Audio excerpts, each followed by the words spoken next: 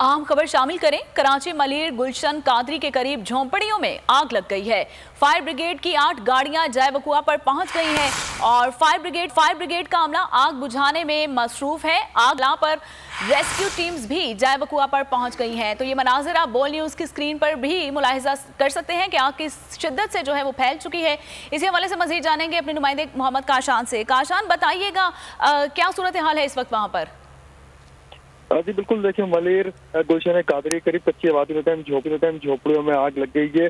Fire brigade हुकाम से हमारी बात हुई है, उनकी जानिब से बताया गया फायर ब्रिगेड की 8 गाड़ियां जो है जय बकुआ की जानिब रवाना कर दी गई हैं, जिसमें 8 जो है फायर टेंडर है, एक फायर बाउजर भी इनमें शामिल है। फायर ब्रिगेड का अमला आग पर काबू पाने में मसरूफ है। जबकि वाकई जो है झुग्गियों में आग लगने की इतला पर रेस्क्यू टीमें जो है वो भी जय बकुआ की जानिब पहुंच गई हैं। दूसरी जानिब वाटर बोर्ड जो हमेशा ताखिर का शिकार होता है, आज उन्होंने सबसे पहले जो है अपने फायर टेंडर जो है वो सैंड को भेज दिए हैं वहाँ पर, जहाँ पर इमदादी कार्रवाइयाँ शुरू कर दी गई हैं। प्राइवेट टैंकरों के जरिए जो है पानी की फराहमी दी जा रही है। जबकि मलिर नजदीक के पास और कोई अनवर होटल की जानिब ये रास्ता जाता है, वहाँ पर झोपड़ियाँ ये कायम थी, यहाँ पर आतिशबाजी वाकया पेश आया। वाटर बोर्ड के सफोरा लांडी हाइडेंस पर इमरजेंसी नाफिज कर दी गई है। पानी से भरे मुताबिक टैंकर रास्ते के मकाम पर रवाना कर दिए गए हैं। CO water board engineer Syed Salahuddin की जानिब से बताया गया इंचार्ज हाइडेंस सेल जो वाटर बोर्ड फायर ब्रिगेड हुकाम से मुकम्मल राब्ते में focal person hydrants cell water board operation की खुद निगरानी करने के लिए जय बकुआ पहुंच गए हैं। आग पर मुकम्मल काबू पाए जाने तक फायर ब्रिगेड को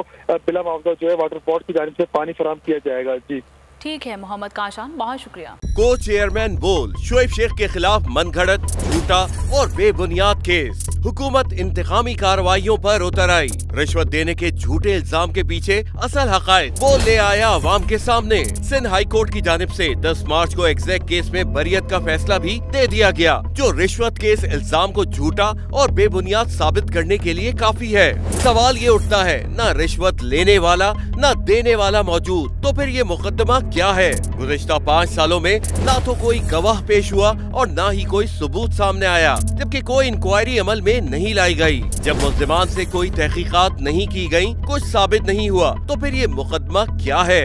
इससे कबल केस की इंक्वायरी कमेटी के सामने खुद जज कादिर मेमन ने रिश्वत के इल्जाम की तरदीद की थी और कमेटी को तहरीरी तौर पर आगाह भी किया था। इस झूठे और बेबुनियाद केस की कानूनन कोई हैसियत नहीं। सिंध हाई कोर्ट इस मुकदमे में शोएब शेख को बरी कर चुकी है, तो फिर इस नाम नेहाद इल्जाम की कानूनी हैसियत क्या है? बोल इंसाफ का मुंतजिर है।